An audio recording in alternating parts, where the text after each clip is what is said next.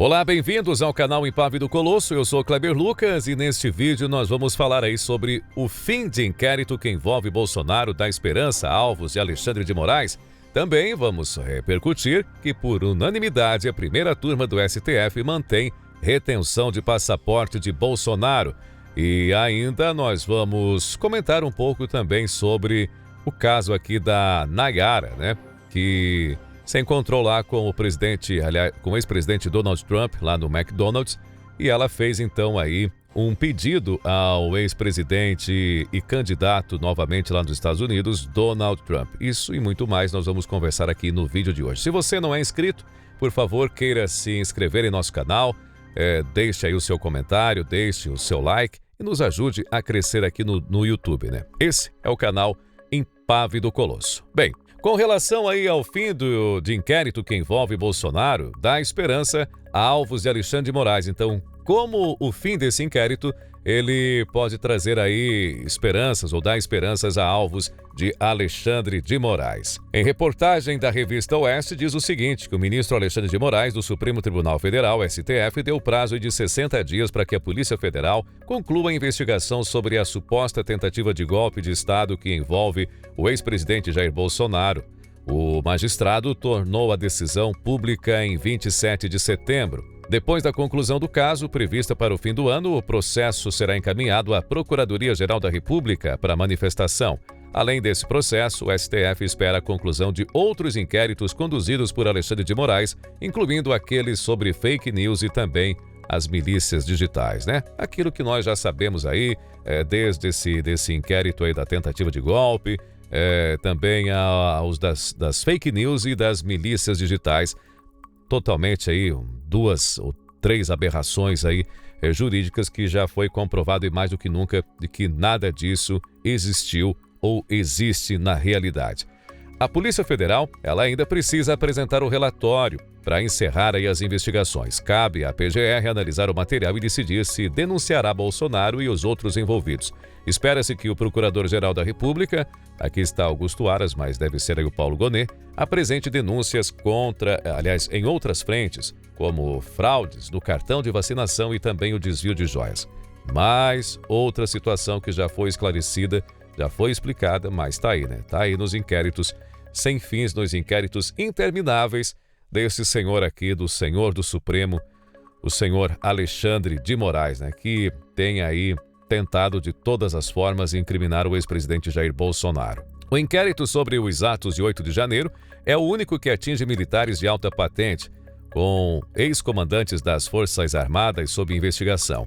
Em depoimento à PF, os ex-comandantes Marco Antônio Freire Gomes, do Exército, e também o Carlos Almeida de Batista Júnior da FAB afirmaram que Bolsonaro lhes propôs aí uma minuta golpista para evitar aí a posse do então presidente Luiz Inácio Lula da Silva. O então comandante da Marinha, o Almir Garnier, teria sinalizado apoio à suposta tentativa de golpe, mas ficou em silêncio durante depoimento à Polícia Federal. A expectativa é de que a PGR vincule os atos de 8 de janeiro à minuta, como já revelado em manifestações anteriores. Os autos devem ser entregues à Polícia Federal para a conclusão das investigações e também a apresentação do relatório à Suprema Corte no prazo estabelecido. Em seguida, seguirão para a Procuradoria-Geral da República, que terá 15 dias para se manifestar. Pelo que tudo indica, então, Bolsonaro aí vai ser indiciado juntamente com outros militares aí que compunham o seu governo na época, como o caso do Paulo Sérgio Nogueira, do Walter Braga Neto, General Heleno, o próprio Coronel Cid, né, que está preso aí, né, se mantém preso aí e sob investigação, e outros membros aí também da cúpula militar, né, que faziam parte aí do governo Bolsonaro à época.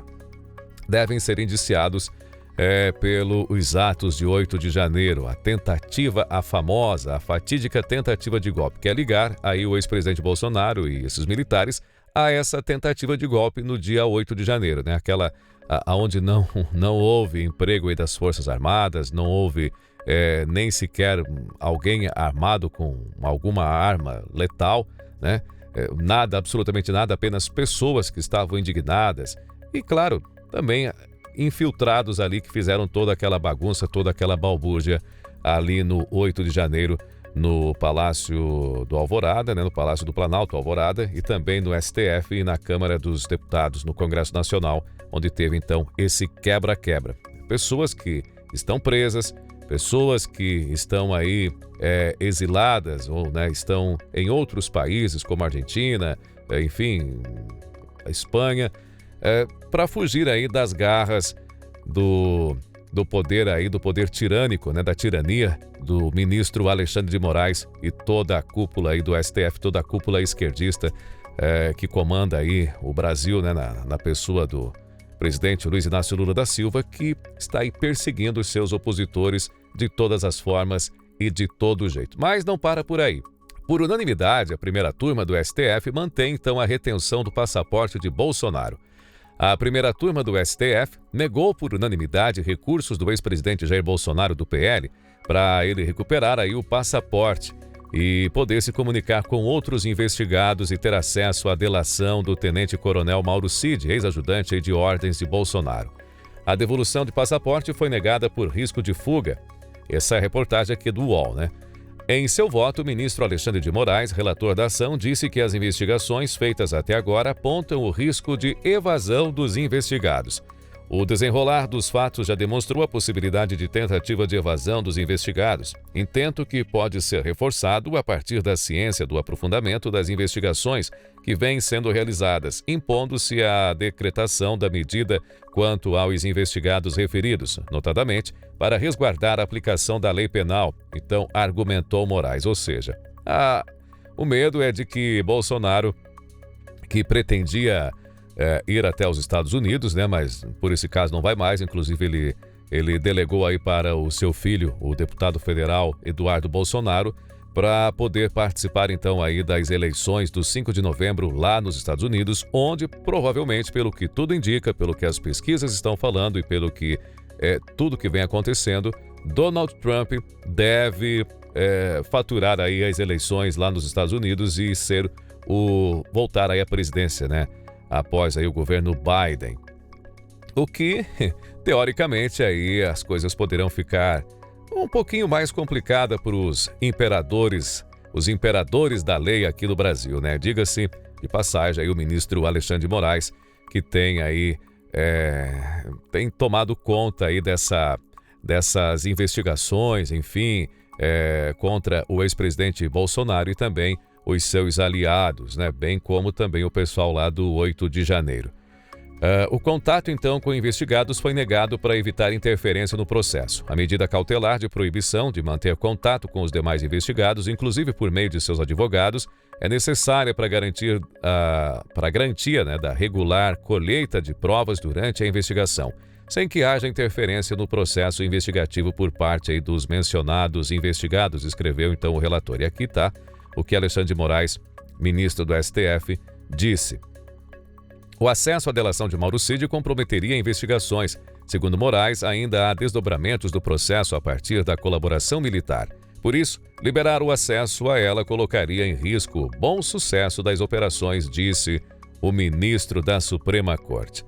Então, Moraes foi acompanhado por todos os ministros da primeira turma, para surpresa de ninguém, Bom, olha só quem são os ministros aí que fazem parte da primeira turma. São eles, o relator, Flávio Dino, comunista, como o próprio Lula disse. Enfim, colocamos um comunista no Supremo Tribunal Federal. Também o Luiz Fux, o Cristiano Zanin, que era advogado de Lula, e agora é ministro do Supremo Tribunal, e a gloriosa Carminha, a Carmen Lúcia. Então tá aí, negado a devolução aí do passaporte do ex-presidente Bolsonaro para que ele pudesse, enfim, viajar até os Estados Unidos para ter o contato aí com o candidato, o Donald Trump, que, como eu falei, pelo que tudo indica, poderá ser aí o próximo presidente dos Estados Unidos a partir aí do dia 5 de janeiro, que é a eleição, mas ele só toma posse, acho que é 20 de janeiro, se não estou equivocado nas datas aí. Enfim, então é isso. Bom, ainda falando sobre Donald Trump, Bolsonaro, o que tem tomado conta aí das redes nas últimas horas, aí, nos últimos dias, foi o fato que aconteceu aí durante o final de semana, em que uma brasileira, aqui ela está conversando aí com o jornalista o Paulo Figueiredo, né? E o presidente Bolsonaro então compartilhou a entrevista que ela concedeu aí a Paulo Figueiredo. Essa mulher, né, essa jovem senhora, a Nayara, ela foi fazer ali comprar um McDonald's, é óbvio, e para sua surpresa, quem estava lá, numa ação de campanha, numa ação publicitária de campanha, o então candidato à presidência da República lá nos Estados Unidos, o Donald Trump, e ele atendeu ali, fritou as batatas, enfim, entregou ali para a Nayara, e ela, com surpresa, enfim, agradeceu ao ex-presidente Donald Trump e pediu que, se caso Donald Trump for eleito, né, lá nos Estados Unidos, para que ele não deixe, né, os Estados Unidos se tornar o que o Brasil tem se tornado, vem se tornando. E isso acendeu aí um monte de especulações, né? A imprensa, o pessoal aí do UOL, né, o Josias, enfim, o pessoal da CNN, o pessoal aí da Globo News, dizendo que ela era uma golpista, que ela era uma foragida, não sei o quê, que foi combinado aí com o Donald Trump e aquela coisa arada toda para, de certa forma, deixar aí uma situação constrangedora para o Brasil, mas, pelo visto, na realidade não tem nada a ver com isso, né? Ela mora nos Estados Unidos já há um bom tempo, ela trabalha lá, é uma cidadã americana, não tem absolutamente nada a ver com o 8 de janeiro, com as pessoas que saíram aqui do Brasil, como o próprio Paulo Figueiredo, Rodrigo Constantino, o Alan dos Santos, o Monarca, enfim, esse pessoal que está em asilo político lá nos Estados Unidos. Esta jovem senhora, né, a Nayara, ela não tem absolutamente nada a ver com isso. Ela já foi para os Estados Unidos já faz muito tempo, trabalha lá, inclusive ela é CAC, né, trabalha numa loja de armas lá dos Estados Unidos.